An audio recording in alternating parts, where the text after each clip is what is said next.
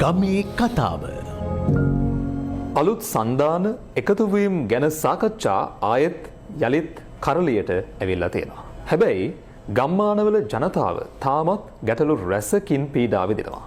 මේ ඔවුන්ගේ කතාව.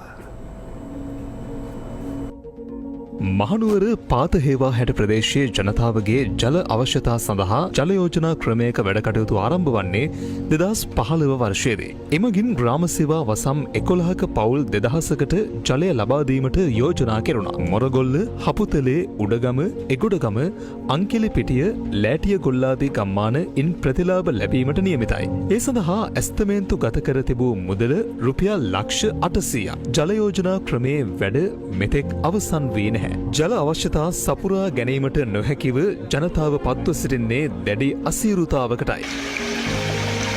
මේ ව්‍යාපෘති දැන් අතරමඟ නතර වෙලා තියෙන නිසා මම බලධාරීන්ගෙන් ඉල්ලා සිටිනවා කුමන හෝ ක්‍රමයකින් මේ පීඩා විඳින ජනතාවට ජලය ලබා දීමට සඳහා සුදුසු ව්‍යාපෘතියක් ආරම්භ කරන්න කියලා. ගමේ කතාව